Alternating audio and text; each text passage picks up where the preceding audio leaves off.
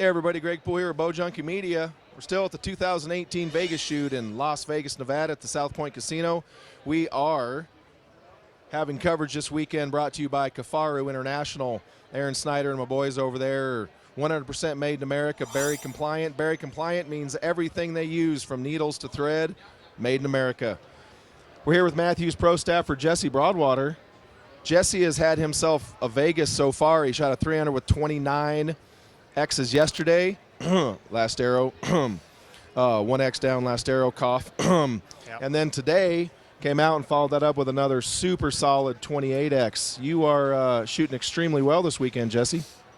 Well, that was the plan. That's how it's supposed to work? Yeah, that's how it's supposed to work. Been putting in some work for it, putting in some time, so hopefully it's going to pay off here at some point. Well, you just keep doing you, and you know these tournaments, as we talked about yesterday, are getting increasingly tighter. But I did want to, look, you and I get to talk often, and so I could ask you all the normal questions and all that. But I wanted to ask you this: you've won this tournament what, 3 times? Twice. You've won this twice. So Yep. You've won Vegas twice. You have been at the elite level since you were like 10, and so.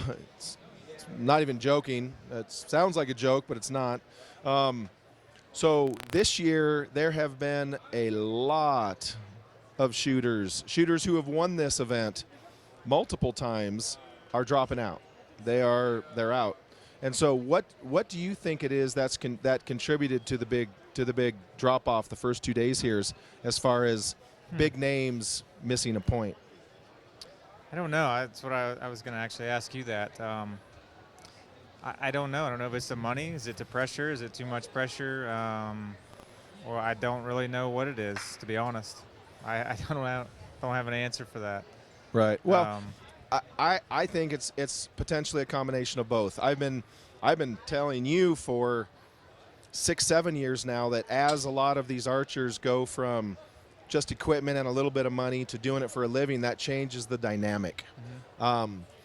This is something that you've been doing for a living forever. You've never done anything else, not that I'm aware of, except for that whole stint doing the male dancing thing. But you it didn't pan out.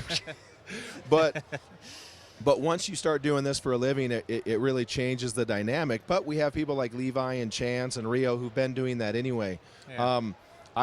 Me personally, I think it's the number of people that are shooting at that level. Like our conversation talking about when you were at Neems and you look down the line, there's 5 150s. Yeah. Go to Lancasters and shoot a 1-down qualification. Like, that doesn't happen very often. Oh, 3 other people did it? Yeah.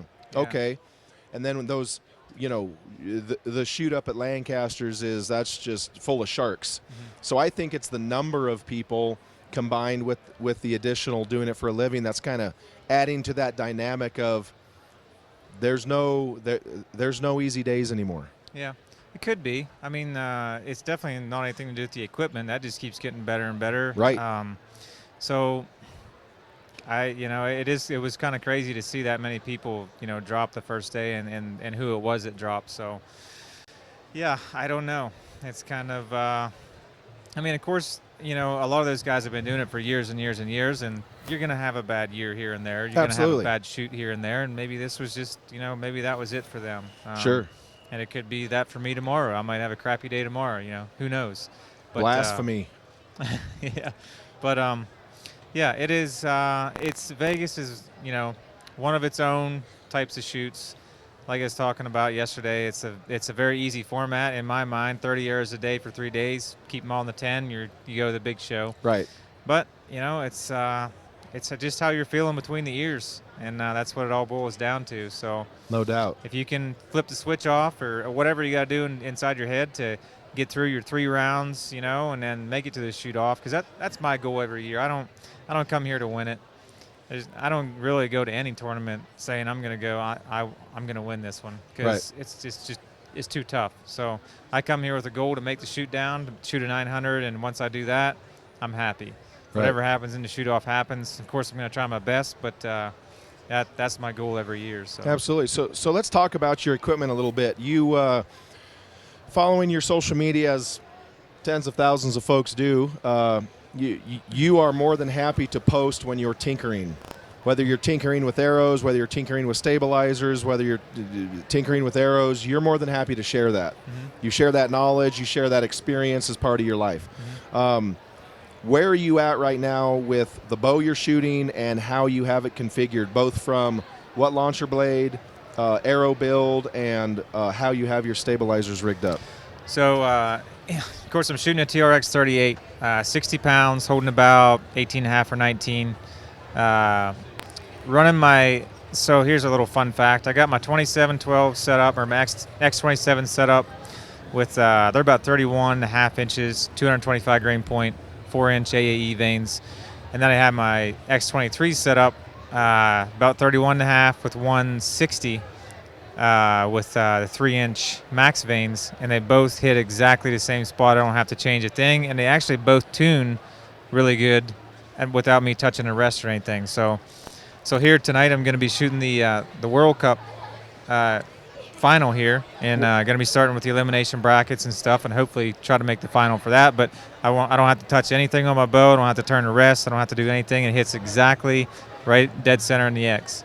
So that's a pretty cool deal there that I got with this setup. So the arrows weigh the exact same? No, they don't weigh the same.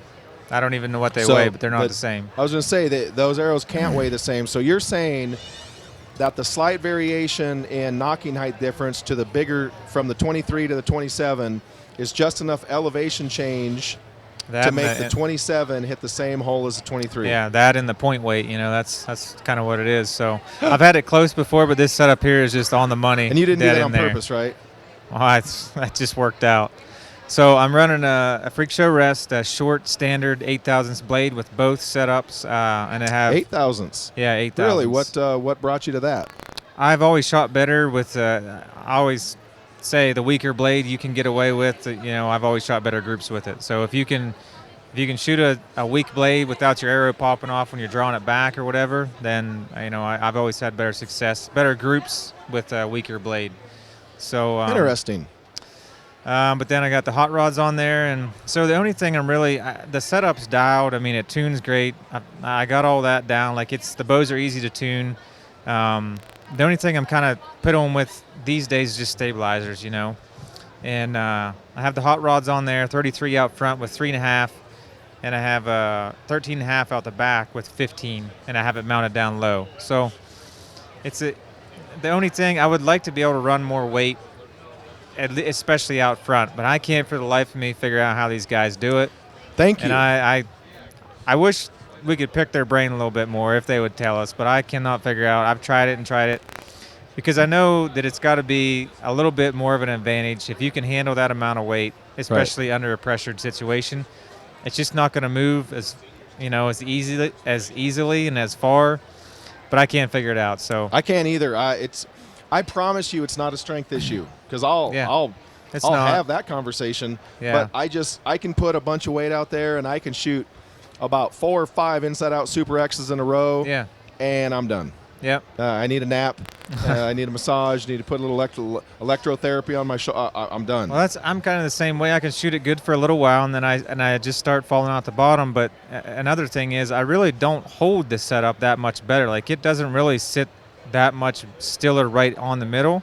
It'll still move around and stuff, kind of like my setup does now, but it just doesn't move as easy. I was watching you shoot today. I didn't see it moving around much at all. Yeah, so that's the only thing I'm tweaking with these days is just stabilizers and trying to get it, you're always trying to get your setup, even though it shoots good, you're trying to get more comfortable with it to where you can basically get away with more is what it boils down to. So absolutely. But now the setup's pounded. I got the TRX 38 in, I think, maybe November is when I really started shooting it hard. And I haven't shot anything. I haven't touched my TRX 7 or TRX 8 since then. I've been shooting nothing but the 38, and it's been a great bow so far. So nice. Awesome. Well, hey, dude, congratulations on the first 2 days. You're shooting extremely solid. Everybody stay tuned. We are going to be doing some more interviews with Jesse and his little business partner, Chelsea, from the Pink Arrow Project. We're going to be having a conversation with them for sure, so stay tuned for that. Good luck tonight and tomorrow, little buddy. Thank you. And we'll be rooting for you. Thank you. Appreciate it.